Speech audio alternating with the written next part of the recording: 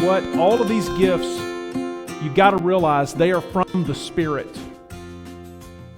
The Spirit is the provider and enabler of our spiritual gifts. We dare not take credit for them. But it also means not only does He give the gifts, He expects us to use the gifts in His kingdom. Okay? So don't think of these gifts in terms of, okay, this is my burden, this is the thing that I have, and I got to go use it. No, the Holy Spirit said, look, I'm going to give you this gift, and I'm going to help you, and I'm going to empower you.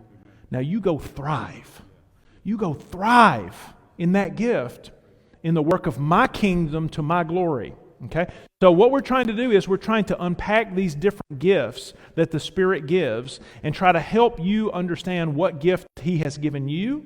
And also, secondary purpose is to appreciate the gifts that He has given others. Two big aims. What is your gift? Discover what it is. Go for it. Use it to the glory of God and His kingdom. And then learn to appreciate the gifts that others have that maybe are radically different than yours. And don't expect other people to be like you. God didn't want the church to be that way. God didn't make the church an army of clones. He made us all different and beautiful that way. And He wants us to thrive in those gifts. Okay, so let me read the passage again. This is Romans 12, and then we'll get into it. Romans 12. And so, dear brothers and sisters, I plead with you to give your bodies to God because of all that He has done for you. Let them be a living and holy sacrifice, that is your bodies. Let your bodies be a living and holy sacrifice, the kind He will find acceptable. This is truly the way to worship Him. Don't copy the behavior and customs of this world, but let God transform you into a new person by changing the way you think. Then you will learn to know God's will for you, which is good and pleasing and perfect. Because of the privilege and authority God has given me, I give each of you this warning. Don't think you are better than you really are.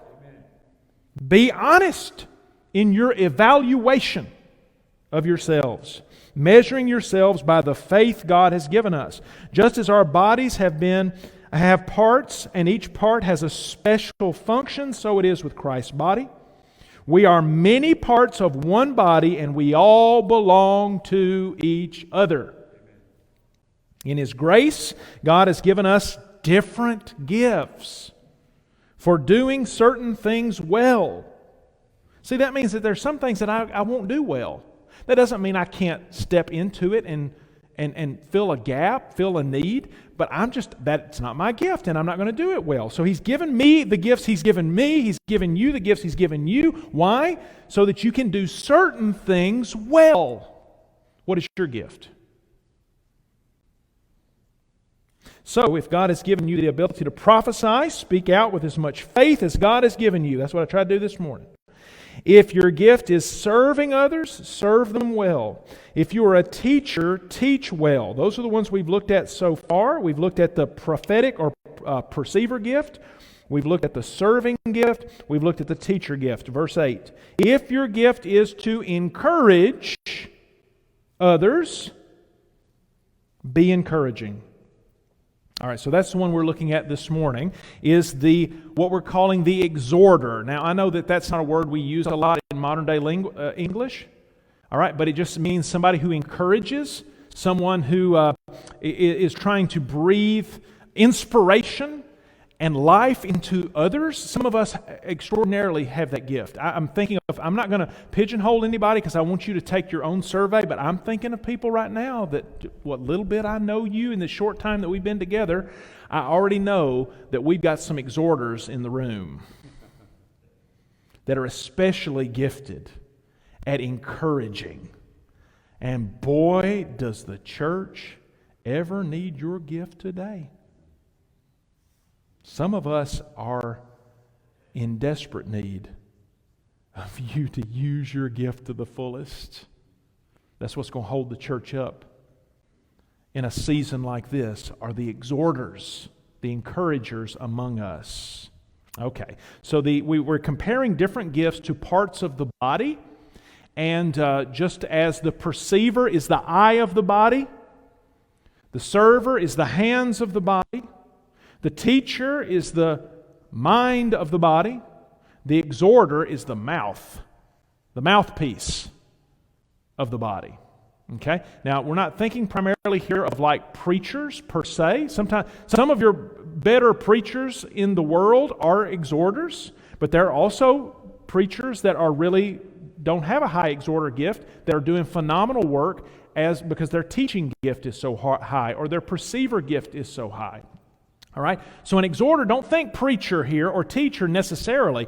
We're just talking about people that have the gift of being able to express themselves verbally and clearly, and they have a high communication gift, particularly as it relates to speaking life and encouragement into other people. That could just be in your relationships, not necessarily in public speaking, but many times exhorters have a high public speaking gift. All right, so an exhorter here's the definition. An exhorter is someone who loves to encourage others to live a victorious life. There was a lady, Michelle, at Maryville. You know her. Her name is Peggy. Peggy,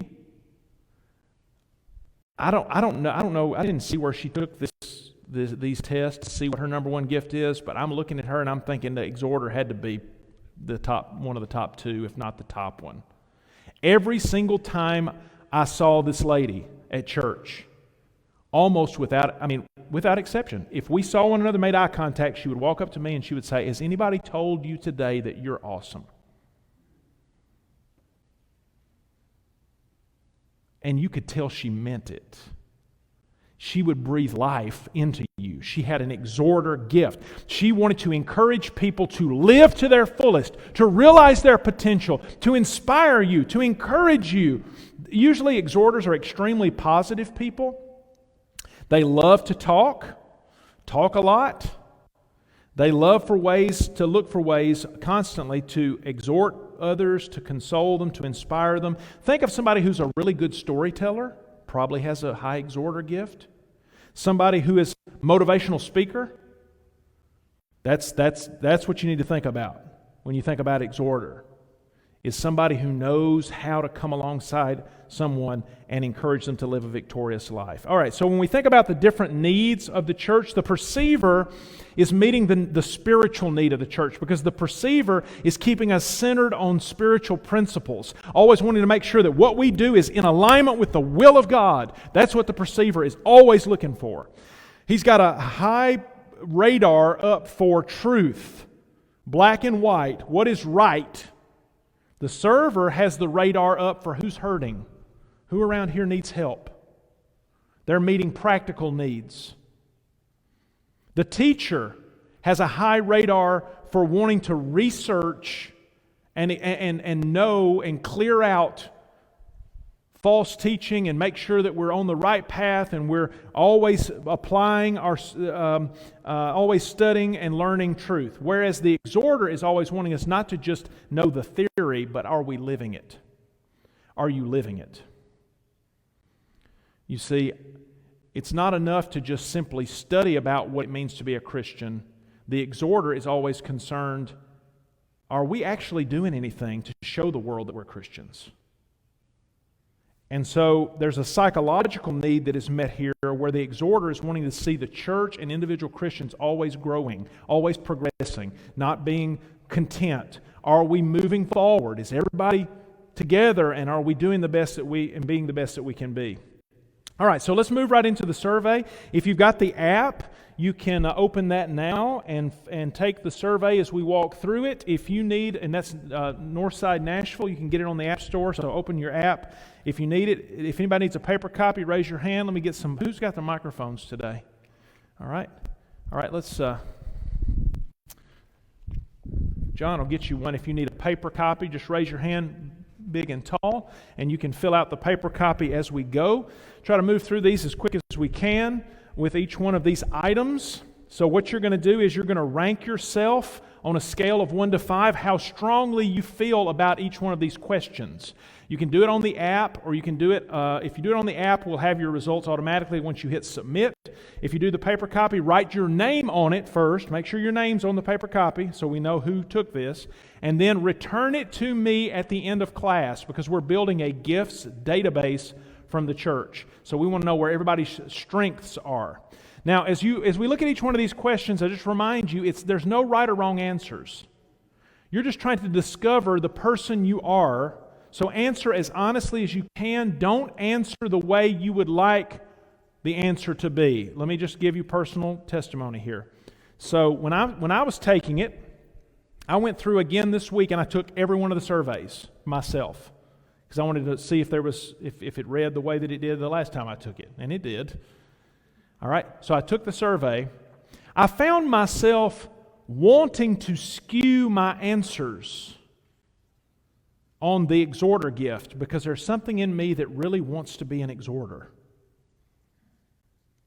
And the exhorter gift for me is pretty high, but it's not in my top 2. But I want it to be my number 1. This is not about skewing the answers. It's about just being honest and discovering how you're wired. We want to see if you can find what your lane is, the way God has naturally made you, then you can thrive in that gift and feel such joy about it, instead of trying to be somebody you're not. Are you with me? So answer as honestly as you can. Don't start yet. We're going to go through each one of them together. Okay? So answer as honestly as you can. Also, please don't think, as Americans, we're overachievers, we're performance-based, we want to do everything well, and so you don't look at this and think, well, if I've got low scores in an area, then God is wanting me to bump up those scores. It's not about that. It's about just learning who you are. So I know God is calling me to be a person of compassion, and I want to be a compassionate person, but compassion is one of my lowest gifts, because I'm so high on perceiver and teacher. Everything's black and white, and it's just like, well, get over it. You got a problem? Well, just do better. It's like, wait a minute, dude, give me a little compassion here. Give me a little empathy. So I have to work at that, just from my own Christian life. But I know that God is not calling Jonathan to be the head of the compassion ministry in a local church. That's not my gifting. Okay? We need people that have that gifting, and I celebrate those that have that gifting, and that we need people that do. But don't think of it as you got to try to bump these up. It's just discovery. It's just understanding you. All right, so relieve the pressure. It's not a test. This is not a test. This is no right or wrong answers. It's just discovering who you are, and what we're trying to get at is, how do your responses on all 7 of these gifts show a relationship to one another? So you're going to have some high gifts, you're going to have some gifts that you're real strong in, some that are not your gifts. And that's okay, not bad. That's not bad. God made you, we are all different, and that's okay. We just want to see where your strengths are, where your highest gifting is found, okay? So we're going to look at each one of these. Number 1, the exhorter loves to encourage others to live victoriously. How strongly would you say that is true of you? So rank yourself from 1 to 5.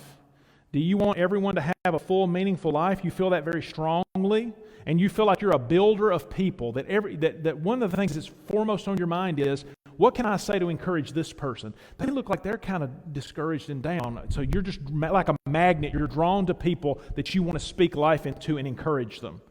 How strong do you feel that is true of you? Okay, number 2. You want a visible response when teaching or preaching. Did I talk about that this morning in the sermon? Yeah, so my exhorter gift is pretty high. It's not my top 2, but it's real close. And I need that. And not just when I'm preaching, but like when I'm talking to you in a personal conversation, I need eye contact. I'm watching, if you see me trail off in our discussion, I'm reading your body language, and if your body language and your facial expressions show me that you're checking out of the conversation, I'm going to be wrapping it up real quick, because I'm trying to read you all the time. Do you feel that's true of you? See, an exhorter is going to feel like that their interaction with their hearer is essential, And so are you somebody that's very attuned, you've got a high radar for facial expressions, and you're always analyzing people's body language? All right? You want a visible response when you're communicating with somebody. How high would you say that would be for you? Okay? No right or wrong here, just self-discovery. Number 3, you prefer to apply truth rather than research it. Okay? So let me give you some examples here. I was at the last church I was in, one of my fellow laborers, co-minister. I have a pretty high exhorter gift, but his is that's his number one gift. So let me give you a scenario. Preparing for a sermon. If Jonathan's preparing for a sermon, Jonathan goes in his study. He wants quiet, isolation for days, 1,000,000 books open, deep research and study, and then at the end trying to figure out, okay, now how can I make this practical? Let me give you Benjamin. That was my co-laborer's name. Benjamin's approach to sermon preparation. All right, let me just look at life. What do I see in life? What are the needs? Somebody else has already done all that research. I don't need to reinvent the wheel. So if I can just find the content, that's great. But I want to quickly spend 5 minutes in the text, and the rest of the time. Anybody ever listen to Andy Stanley preach? You know who Andy Stanley is? North Point Church outside of Atlanta. If you've ever heard Andy Stanley preach, he is big time like this. You know, he'll spend a few minutes in the text, but the most of his sermon is super practical because he has such a high gift in this area. Okay? So, it prefers to apply truth rather than research it. How strong would you say that'd be for you? Number 4, prefers systems of information that have practical application. You don't like the abstract or the theoretical. You want give me real life practical steps. And you try to avoid facts. You don't want facts that don't have acts attached to them. All right? So it's one time somebody told me about my preaching. He was like, man, that sermon was really, really great. A lot of information.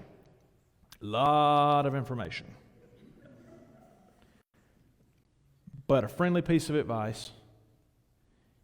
I'm sitting there the whole time thinking, so what? Okay, you showed gave a lot of history, a lot of word studies, maps. That's great. I got to live this Christian life Monday morning. I need some help with that.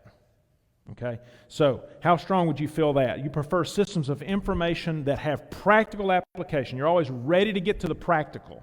Okay, so how strong would you feel that would be of you? Number 5, love to prescribe steps of action to aid personal growth. So if you're talking to somebody and somebody comes to you, not necessarily in a church context or whatever, but they're coming to you wanting some advice, and you're real quick to say, well, I'll tell you what you need to do. You should do this, do this, do this, do this. You're real quick to want to help somebody, kind of counsel somebody, and give them practical steps of how to move from point A to point B, or point A to point Z, whatever the case may be. And you have a real good ability at giving kind of constructive and helpful advice, even on the fly.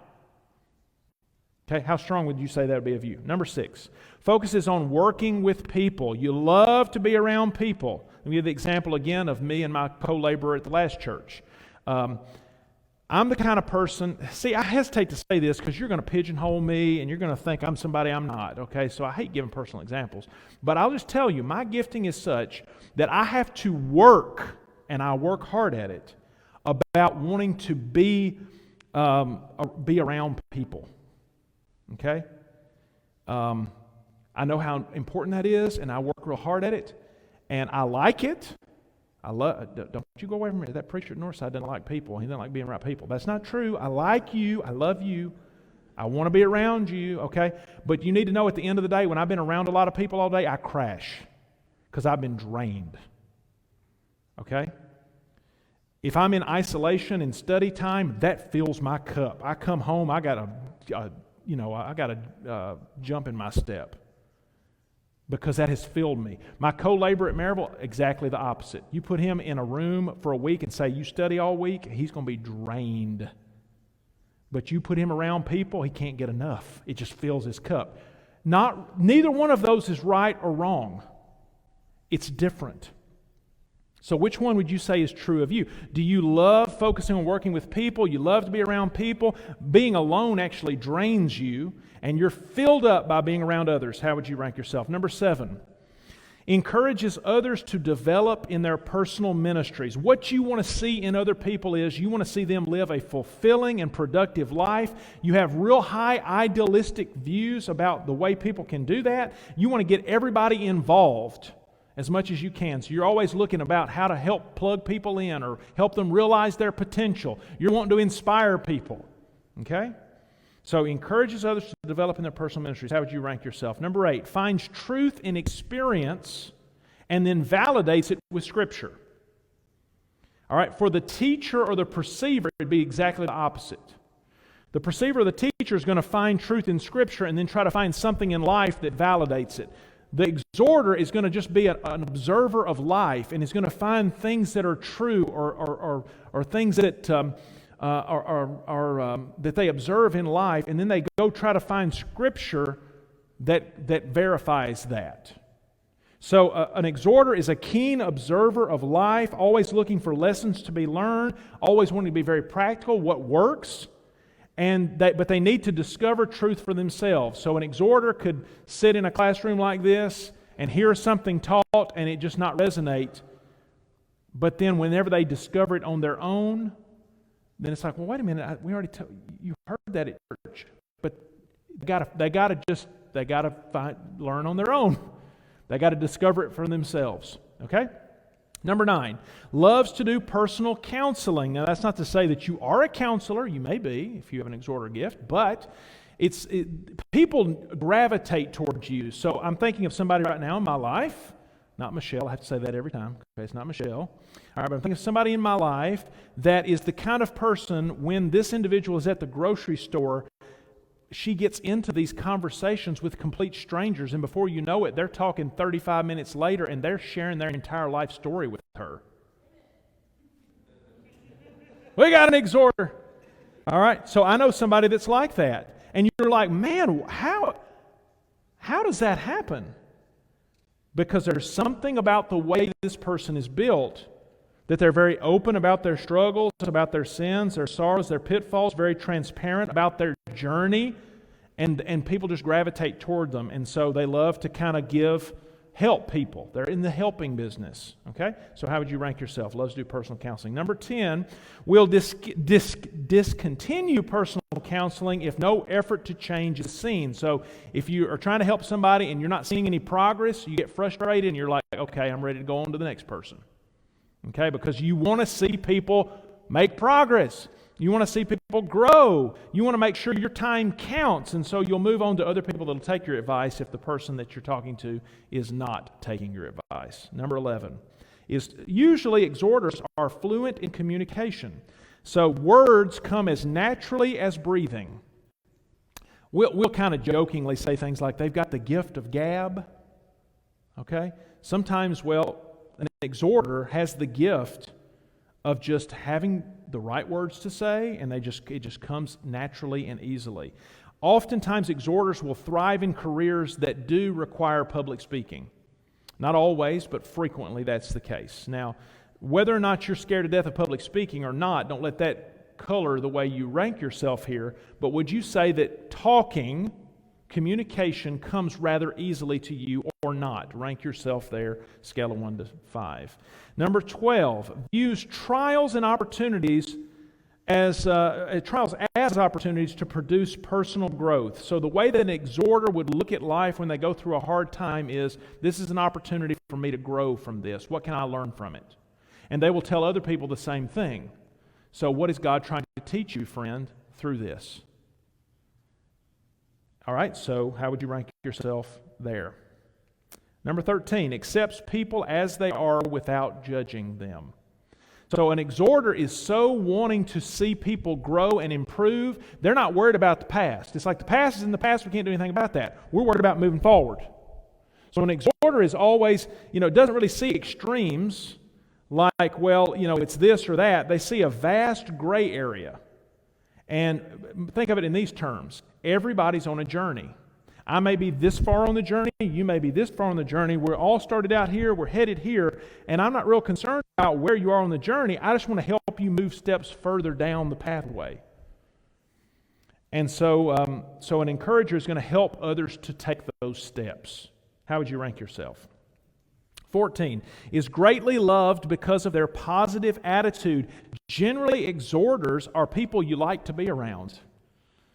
You know, you would enjoy being around these people because they tend to be very optimistic and positive, and they just radiate the joy of the Lord. Naturally, it seems.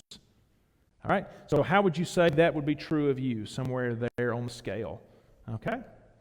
Number 15, prefers to witness with life rather than verbal witnessing. So an exhorter is going to be more concerned with, again, the practical. Am I living the Christian life? That's the strongest message that I could give, more than anything I would say. So, you know what?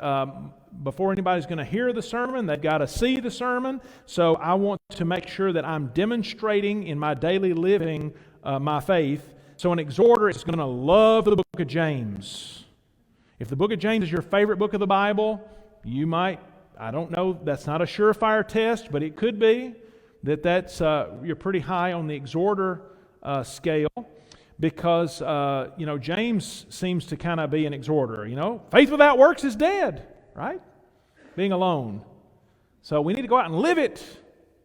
Okay? So how would you say that would be true of you? Number 16, makes decisions easily. For an exhorter, life is too short to be indecisive, so they are action-oriented people wanting to make decisions now based upon what we know. There are some people that like perceiver. Here's how a perceiver wants to make decision. Perceiver says, okay, we need to gather all the information. That might take weeks. Gather all the information. Let's look at it from every angle. Let's spend a lot of time praying about it.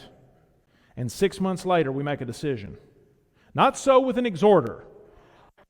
An exhorter, almost true, yeah. So an exhorter is basically going to say, well, what do we know right now?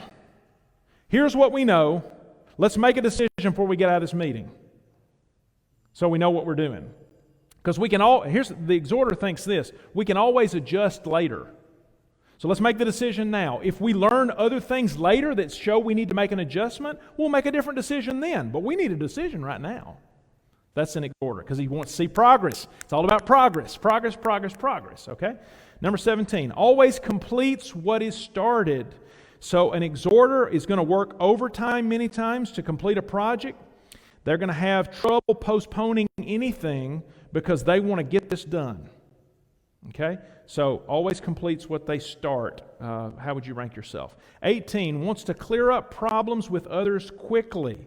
So, an exhorter cannot stand. If they think for some reason, if they sense that somebody, I spoke to them this morning at church, and they didn't even hardly make eye contact with me, and I got a weird vibe from them. They can't let the day go before they're making a phone call or making a visit and saying, hey, what's going on? Did I do something to offend you? They don't like strained relationships, and they want to immediately find out what's wrong, and in order to resolve it, they're even willing to take the blame for things they may not have done just to get it over with, right?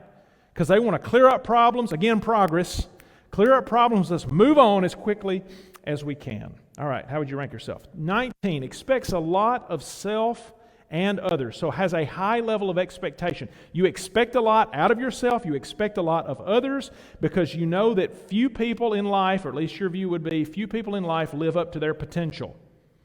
And an exhorter does not like the status quo. They want to stretch and grow themselves. They want to see others stretch and grow. They want to see the communities, the churches, the businesses they work for stretch and grow.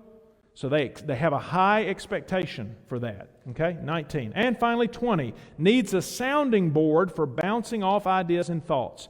Are you the kind of person that the way you think is with your mouth?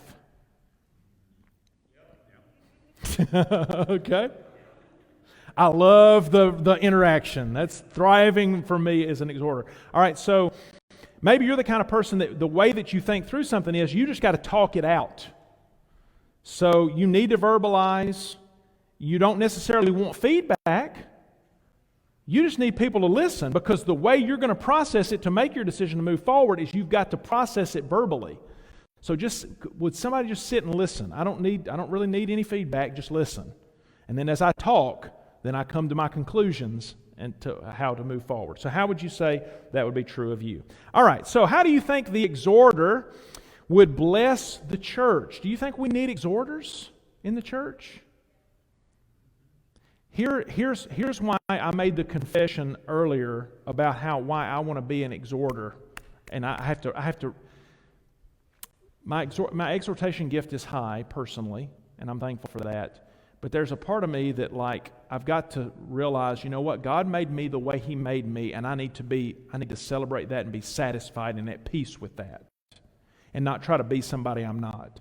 But Satan gets in my ear and says, Jonathan, look at the churches that are growing the most rapidly. They have preachers that are like dynamic motivational speakers. They have exhorters. And so then, if I'm not careful, I'm tempted to try to force myself to be somebody I'm not. And that's being disingenuous. And that's also being disrespectful of the gifts that God has given me. God knows the gifts He wants us to have. He put them in us right where He intends for them to be. And He says, you know what, I've put you where I've put you because I want you to use that gift. Don't try to be somebody you're not. Be who you are and thrive in that and celebrate that. So an exhorter, though, is a tremendous blessing to the church. As I said at the outset, we really do need exhorters in the church today because so many people are disheartened and discouraged. People have lost their courage for life, and they need somebody to come alongside of them and put courage into them. That's what exhorters do. Thank you. We need exhorters. We do. See, that helps. It really does. It helps all of us. It was really very interesting to me, and maybe this is something we need to return to. I remember taking a class in church history back in college. We were studying, the history of the Restoration movement, the tribe that we're a part of, and our history. And what I found so interesting is in this particular textbook. Are we totally out of time? We're out of time. All right, let me wrap this up. Let me wrap it up. So, in early church, in our past, I'm told that in some of the early preaching in the Restoration movement, you would have two guys that would get up and preach. First, there would be the proclaimer, the preacher. He would preach the sermon, and then the next guy that would get up would be the exhorter. He's the guy that had the gift to try to encourage people to act on what they just heard preached, to inspire them. It was like the opening act was the content of the sermon, and the closer for the sermon was the guy that was the motivational speaker that came in and said, let's act on it.